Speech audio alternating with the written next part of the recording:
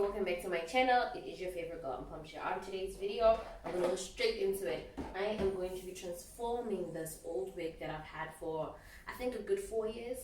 So, talking about this wig, guys, I bleached this hair, I think a year or two back, I don't remember.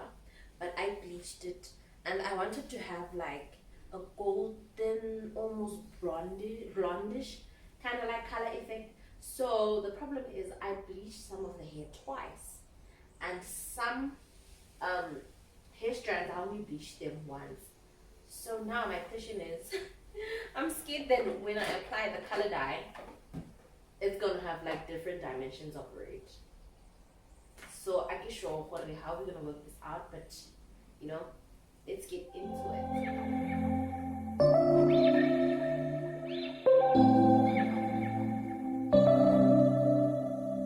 September. Showing you the products that we are going to be needing to transform this wig. I got the new light highlighting kit.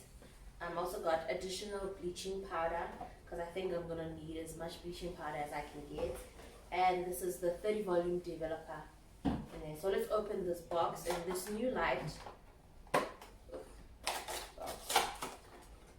we get 30 volume developer, we get the highlighting thingamajiggy cap thing, but we don't need that, so we don't throw that away. And we've got the